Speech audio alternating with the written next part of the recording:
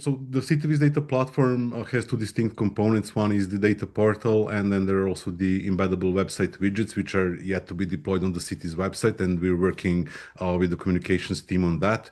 So what we'll be walking through today is the data portal, which is a central data hub for the city of Langley, and it contains really vast amount of information, vast amount of data, and there's a little bit for everyone, whatever your role may be. Let's go through. It starts with the overview page, which highlights some like most important basic information about the community, the quick facts on the left-hand side. Then it has some basic information about population change, or population growth year on year, both in percentages as well as actual counts, employment by industry, and some basic information about the households, including household income bands. There are some elements which are common throughout the data portal on all pages, and they include the contact information, some most important links, both within the data portal as well as to the municipal website of the Langley City. And then there's also the possibility for users to subscribe to email notifications. And what happens in that case, the data platform sends email notifications whenever anything is updated on the website of the existing data or new data gets added. There is also this scrolling ticker at the bottom of the page, which is also available throughout the data portal, and it highlights some most important economic indicators and allows users to see the snapshot of those most important indicators wherever they are on the data portal. So in City of Langley, we see they are all flashing green, so that's really good. That's rare to see. So thumbs up for the Langley City and having all these indicators showing good trends.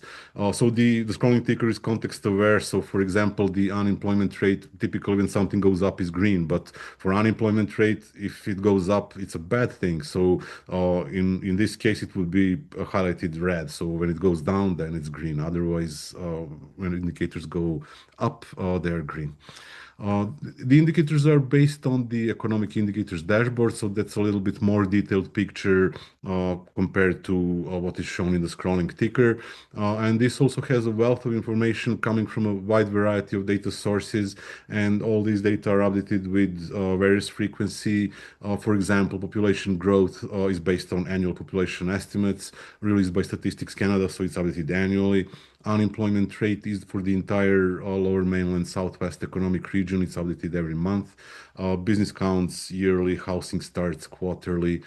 Some more housing statistics like average rent and vacancy rates updated annually as well. And then some custom data which is maintained by the city itself, like new business licenses. And we're also highlighting more recent employment data at the local level. So we have two indicators for employment by occupation and by industry. So we're showcasing top 5 in the last year, so that it's based on the 2024 data, which is coming from Lightcast. So that's the economic indicators dashboard. It's also possible to download this report in PDF Word or PowerPoint format. But within the report studio, there is much more flexibility in what you can do when it comes to sharing your insights. So it's possible to select the data sets you're looking for. So I don't know, let's focus on, let's say, workforce-related data. So we can customize the report title. Oops.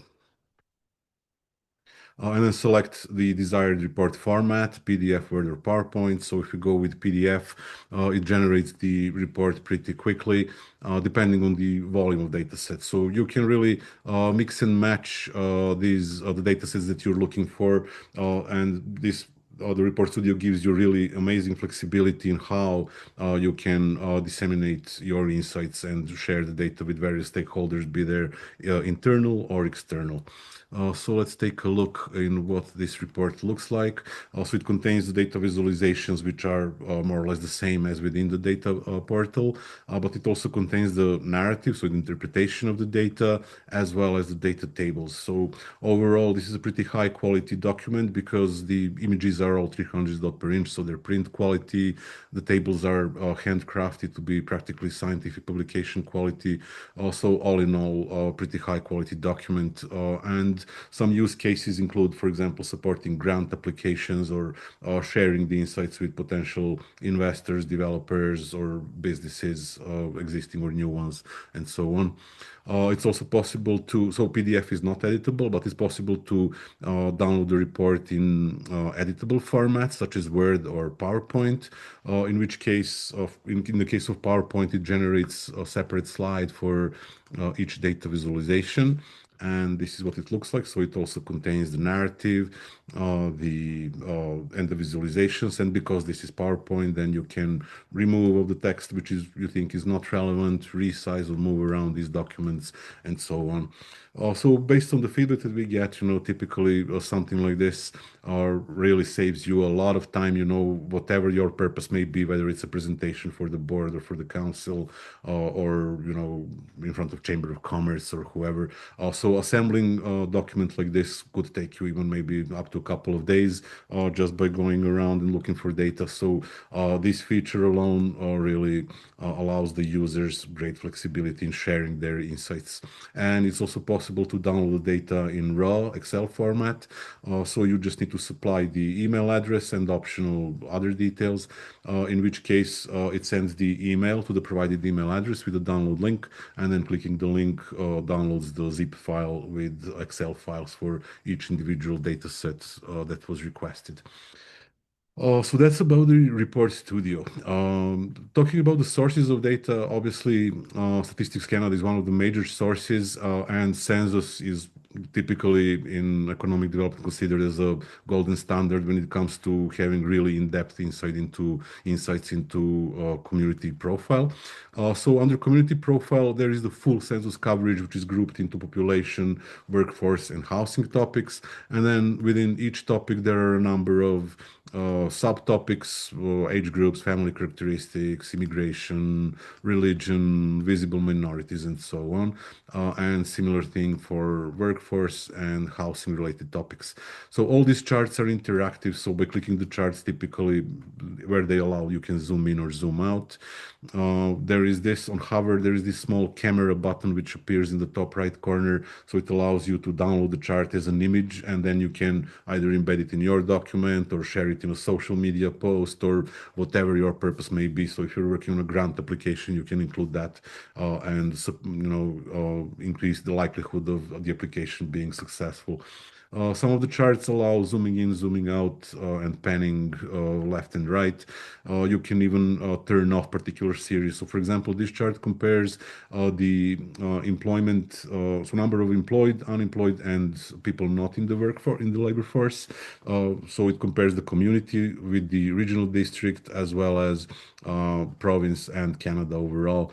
So some of the charts that have the legends allow us even to turn off particular series. So if we want to focus on, I don't know, maybe only employed and unemployed, then just clicking the legend turns off that particular series so that we can zero in only in the other ones. And maybe it's not the best visible in this chart, but we'll see that later on in more details. One interesting chart here, for example, the commuting patterns. So this shows the bidirectional flow of commuters between the communities in the region for people going to work. So, for example, from Abbotsford to Langley City, 640; in the opposite direction, 275. So all this data comes from census, and it's census only. With that said, it's updated a little bit less frequently, every 5 years. But as the new census will be released, Statistics Canada typically publishes data in batches. So the data portal will be updated whenever Statistics Canada releases any batch. So when they release the first batch, it will be updated with the available data and so on. So under economic indicators, there is somewhat larger set of different topics relevant for economic development, and all this data is updated with various frequency, much more frequently than census under community profile. Some things I would like to focus on, maybe some of the interesting ones like population change. Population change tells us the estimates up to the current year as well as projections up to 2046. So all the charts are, as we mentioned, interactive. So on hover, we get information like this. This population pyramid in the top right corner allows us to see the distribution of the population in the years prior to the current one based on the estimates, as well as for the future years, so the projected number of people within each of these categories. So even something like that is possible. Then there is dependency ratio. Oops, this chart is blank, so we need to see why. Then there is also components of change chart. Unfortunately, this is not available at the municipal level, so it's at the regional district level, but it highlights what are the components driving the population change, and it's broken down into vital statistics such as number of newborns as well as number of people which are leaving us. And on the right-hand side is the migration component, which breaks down into further details such as immigrants, interprovincial and intra-provincial migration, Canadians moving in and out, and so on. So, for example, here we can turn off, let's say, net non-permanent residents seems pretty large. So if you just click that, then it disables that series. So we can kind of focus on those smaller groups if we turn on the major ones. So just highlighting the functionality within the charts. And then it's also possible to select just a small portion of the chart, just clicking with a left click on the mouse, and then selecting the area of the chart, releasing the click, zooms in. We can also zoom in and zoom out by using these buttons that appear in the small toolbar on hover above the chart. And we can also pan, also move the chart, and double clicking returns us to the original scale, and clicking the legend again turns on those series that we turned off. Some interesting things also, workforce related data. So workforce related data is so it's at the economic region level again, so it's not possible to detangle all the communities within the Metro Vancouver area. So it includes Lower Mainland, Southwest Economic Region, and has some quite detailed information, such as key insights, employment, full-time employment, part-time, as well as unemployment. Then this is kind of a journalistic style of telling the story of the community, of the region, in fact. So composition of the labor force by status. So again, on hover, we get more information about each of the series. And as we scroll, the chart shows only the section is relevant only for the section which we are currently looking at. So that kind of journalistic storytelling. Unemployment, employment and participation rates, number of jobs added or lost by month for the last 13 months, so that we can compare where we are currently to the month before, as well as the same month of the year before. Then we highlight overall employment by industry. And showcase the top 3 industries in the goods and services sectors. So the total number of employees breaks down into services and goods sectors, and then each of them breaks down further into individual industries, which are based on 2-digit NAICS codes. Then top 5 industries by change from the previous month. So it looks at the absolute change, both positive and negative, so that we can see industries that grew the most or declined the most by number of employees. And these are the raw numbers, so this doesn't take into account the seasonality, so I don't know, temporary workers and stuff like that. And highlighting also top 5 industries by change from the same month of the year before. And finally, there is the overall employment by industry for the last 13 months. And again, on hover above each cell, we get more information. And these charts will allow us to see if any of these industries was doing particularly well at any point in time, or struggling, or something like that. There is also the map view of the same data, which in the case of economic region or CMA area is not as interesting. But when it's possible to detangle, and we see basically the same charts, and the map is interactive, so on however we get information about employment, unemployment rates, as well as overall employment. Okay, so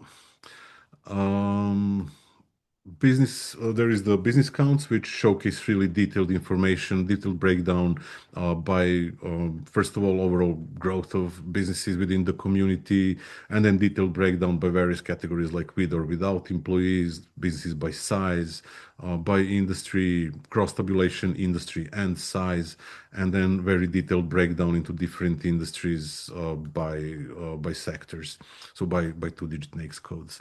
Also, really detailed information which allow us to understand the strengths as well as opportunities within the community. Next thing I wanted to showcase is also the social module, which is something completely new, which was deployed for Langley City as the first client using this data, and it contains really a vast amount of social related data, such as number of homeless shelters and their capacity by number of beds. Health and wellness category, where we showcase the waiting times by very detailed procedure types in the hospital. Crime and safety information, number of police officers and number of police officers per 100K people year over year. And here is the breakdown by gender. Education, so a lot of education related information, such as enrollment in student programs and different kind of programs, which highlights number of students within each of the grades within so since 2007 up to the current year, and you can filter by those different programs. Then a number of students by grade range, so elementary, secondary school, and then there's some middle school. Yeah, so the breakdown into middle school started somewhere in 2009. Student count by individual grades. Then we have the results of literacy and numeracy assessments at grade 10 by different categories such as emerging, developing, and so on. Number of students writing the assessment for the last few years, and grade to grade transition as a percentage. Then there is education workforce, so we look into details about number of teachers, number of administrators, their average age, as well as salary comparison of teachers and administrators.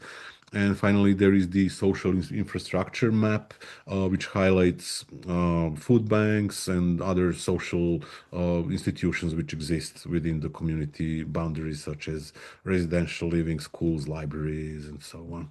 And here we can turn off any of the layers. So there's this layer button in the top right corner of the map. So by clicking any of those, we turn them off. If we want to focus on, I don't know, maybe only, let's say, libraries and schools. So, okay, so that's the social infrastructure map. There's a number of other maps. One of the most interesting ones is the location analytics. So it highlights the entire community broken down into individual neighborhoods. So the neighborhoods are based on Statistics Canada census dissemination area levels. And if we click any of those neighborhoods on the map, we get a pretty detailed information about those demographic and socioeconomic indicators of each of the neighborhoods. By default, the map is highlighted by population, so by number of people living in any of these neighborhoods, and we can change that depending on the topic of our interest. So, for example, population density shows us which parts of the community are more urban or more rural. Average age would show us where younger families live and the older families live as well. Median household income and a number of other indicators, workforce, so number of people in the workforce, work from home, so how many people are working from home. That's from the census year, right? So 2021. As well as some housing related information, so single family homes, shelter costs, so where are people spending more money on their housing, and so on. This map also allows us to plot some existing businesses and establishments, and this can, or combined with the demographic and socioeconomic layer, this tool can serve as a kind of a market research tool. So the example I often like to use is, let's say, if you're considering opening a childcare center, so you would like to typically highlight the map by average age to understand where younger families would live. and then plot existing childcare centers. So with this, you can understand where there could be an increased demand and potential lack of supply. But if you're also only looking for a childcare center for your child, you can look up existing childcare centers in your neighborhood, click any of the location markers, and even get the contact details of the establishment in questions. And there are a number of other layers, such as accommodation, for example. Oops. Let me turn this off, one off. So this would be probably, yeah, so inns, hotels, often bed and breakfast too. Yeah, and a number of others. So on top of this, it's also possible to plot again existing business counts. So this can also serve as an additional layer for discovering business opportunities. Also, we can filter by two and four digit NAICS code. So I don't know, let's say retail trade. Then we see those bubbles for each neighborhood where there are any businesses under this category. The larger the bubble, the higher the number of businesses. And then we can narrow our selection. I don't know, okay, automotive parts, for example. So now we see where there are automotive parts businesses. This information shows us only the aggregated data, so we can only see how many businesses there are, so we don't know who they are individually. But we can look into that, and this is also the innovation which was prompted by the Langley City. So the new feature which we developed for the CityViz data platform is embedding the business directory map, which is based on business licenses. So first at the map we see now we are able to see individual businesses, and City of Langley really does a great job in categorizing these businesses whenever they issue a new business license into into industries. So and very detailed information like 2, 3, and 4 digit NAICS code classification, which is a standard classification across North America. So, for example, we can, let's say, construction. So, if we apply the filter, now we see only businesses which are in the construction business, but then we can narrow that selection down, let's say, construction of buildings and residential. So, apply filter. So, now we see where there are businesses which are running residential building construction within the community boundaries. So, overall, really gives us a lot of flexibility, in how this data can be used as well. So, one is, for example, just understanding the business landscape within the community boundaries, but also can be used to support things like shop local campaigns. So we can embed, and we will be working on that with the community to embed additional information if there is any kind of promotion, or add some additional information in these pop-ups which show up when you hover or click any of the location markers. There are some other interesting maps, maybe. Yeah, so getting around map shows you how far you can get by different modes of transport, by driving, cycling, or walking. So currently it shows how far you can get from the city hall, but we are also adding the feature where you can just drop a pin anywhere in the community boundaries, and those polygons will be redrawn to show you how far you can get by those different modes of transport from your point of interest.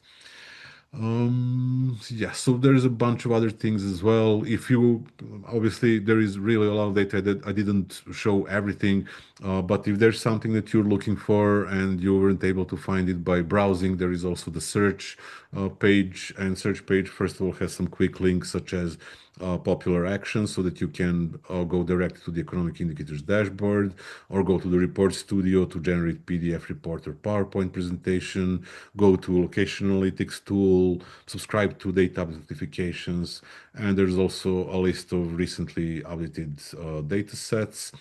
And then the search would be here. So again, some popular searches, or browse all available data would just take us to the overview page, so the home page of the data portal. And the search itself. So I don't know, if we look for, let's say, population projection, so we just start typing and it narrows down the data sets which contain our keywords. So just one more letter, it already narrows down to the selection to, let's say, population projections. Click search, and it takes you directly to the population projections page. There's also the real estate module, which is updated monthly. Really very high detailed information.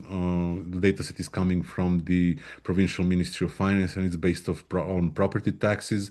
So with that said, newly built homes which are sold would be not part of this dataset simply because they are not subject to property transfer tax.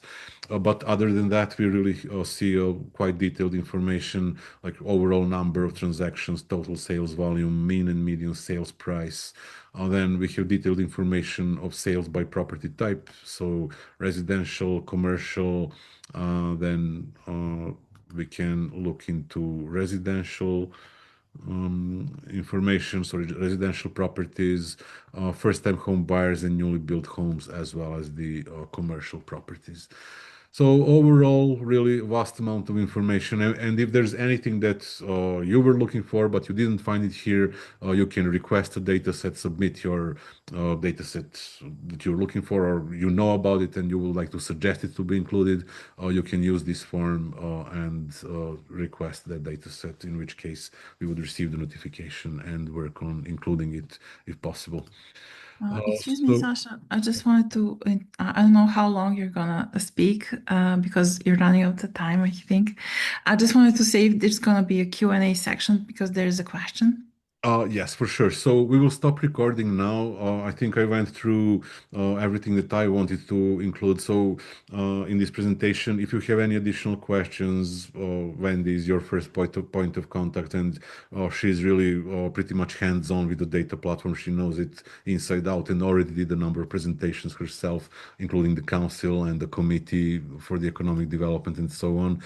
So she's very knowledgeable about what it includes. And yeah, if any additional support is needed, we're here to jump in as well.